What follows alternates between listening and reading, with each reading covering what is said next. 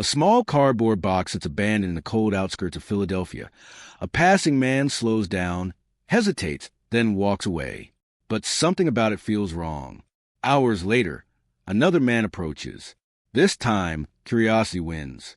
He steps closer, kneels down, and opens it. Inside is not what anyone expected. It's a child.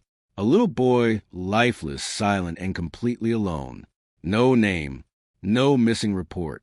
No one looking for him. And here's where it gets disturbing. For the next 65 years, no one would claim him. No parents. No family. No identity. It's as if this child never existed at all. But wait. Here's where it gets even crazier. Decades later, a single strand of DNA would finally whisper his name back into the world, revealing a truth far more unsettling than anyone imagined. Who was he? Who left him there?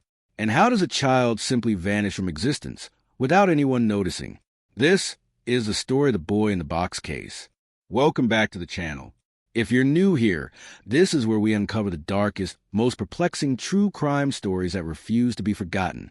If that's your kind of content, take a moment right now to subscribe, like the video, and let me know in the comments where you're watching from.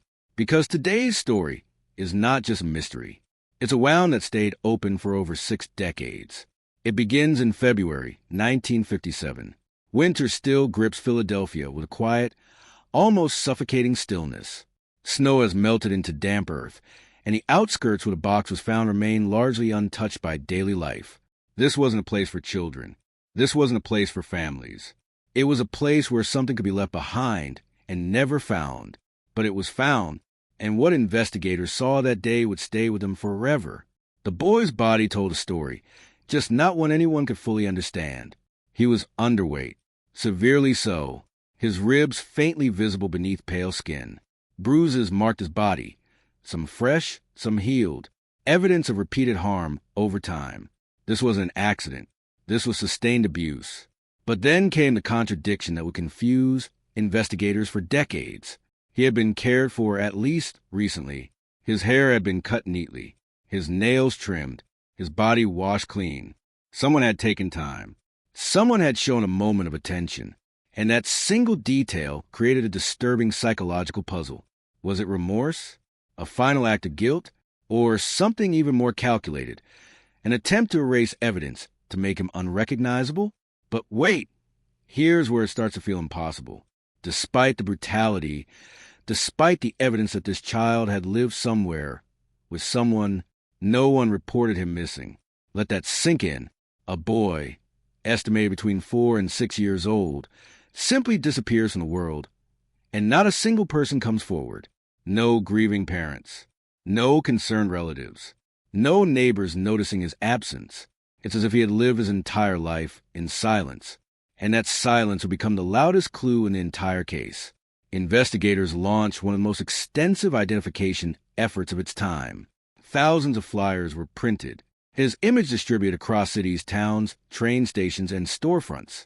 His face appeared in newspapers, on bulletin boards, even handed directly to people on the streets.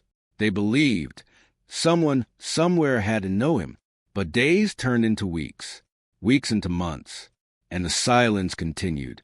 No credible leads, no confirmations, nothing. And here's where it gets even more unsettling. Without a name, the investigation began to lose momentum, because identity is everything. Without it, the boy wasn't just unknown. He was untraceable. If you're still watching, pause for a second, drop a comment. Do you think someone knew and chose to stay silent? Or do you believe he was hidden away his entire life? And while you're at it, hit like. It helps this story reach more people who need to hear it. Now, detectives shifted their focus. If they couldn't identify the boy, maybe they could identify the circumstances. They examined the box. A simple cardboard container. Once used a package of baby bassinet. It wasn't random. It came from a specific manufacturer, sold through select stores in the region. Detectives tracked it down, narrowing their search to a handful of purchase points. But here's the problem. In the 1950s, records weren't precise. Transactions were often made in cash. Receipts weren't always kept. The trail evaporated. Another dead end. But wait, here's where it gets strange. Years later, a woman came forward with a story so disturbing it seemed like it could finally explain everything. She identified herself only as M. According to her, her mother had acquired the boy not through adoption, not through legal means, but by purchasing him. What followed, she claimed, was a life of unimaginable cruelty. The boy was beaten, starved, isolated. He wasn't allowed to interact with the outside world. He existed, but only within the walls of that home, invisible to everyone else. Until one night, he died. Panic set in. Her mother, she claimed, cleaned the boy's body, cut his hair, and placed him in that box before abandoning him. It was horrifying, but also eerily consistent with the evidence. The malnutrition, the abuse, the bath, it all aligned, and for a moment, it seemed like the case might finally be solved. But here's the twist. There was no proof, no documentation, no physical evidence tying her story to the boy. And without that, it remained just that, a story. Investigators couldn't close the case on belief alone. So once again, the truth slipped away. But the story didn't end there. Decades passed. The world changed. Technology evolved. And still, this case lingered. A symbol of unanswered questions. A reminder that some stories refuse to stay buried. Then came 2022, and everything changed. Advancements in forensic genealogy offered a new path, one that didn't exist in 1957.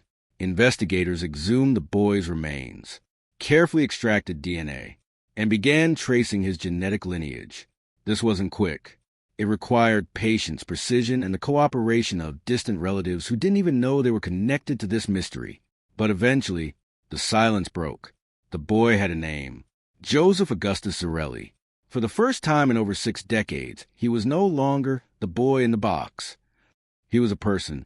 He had a birth date, a family line, an identity that could no longer be erased. But wait! Here's where it gets even more unsettling. Identifying him didn't solve the crime. It complicated it, because now investigators knew who he was, but they still didn't know what happened to him. Authorities traced his biological parents, examined family connections, reconstructed fragments of a life that had been hidden for so long. And yet, the answers remain just out of reach. No one has been charged. No definitive sequence of events has been confirmed. And the most chilling question still lingers. Why did no one report him missing? Was he hidden, ignored, or was there something darker, something deliberate behind that silence? And this is where the story transforms. It's no longer just about a crime scene in 1957. It's about a system that failed, a child who slipped through every crack, a life that existed but was never acknowledged. If you've made it this far, this is where I ask you, subscribe if you haven't already. These stories matter. They deserve to be told, remembered, and questioned, and your support helps keep them alive. Because here's the truth. Mysteries like this don't just haunt us because of what we don't know. They haunt us because of what they reveal. That sometimes the scariest part isn't the crime itself. It's the possibility that no one was looking, that a child could suffer in silence, and the world would never notice until it was too late. So now I leave you with this. Who do you believe? Do you think M was telling the truth? Or do you think the real story is still hidden, buried somewhere within a past that refuses to speak? Let me know in the comments. And remember, some stories don't end when they're solved. Some stories just begin there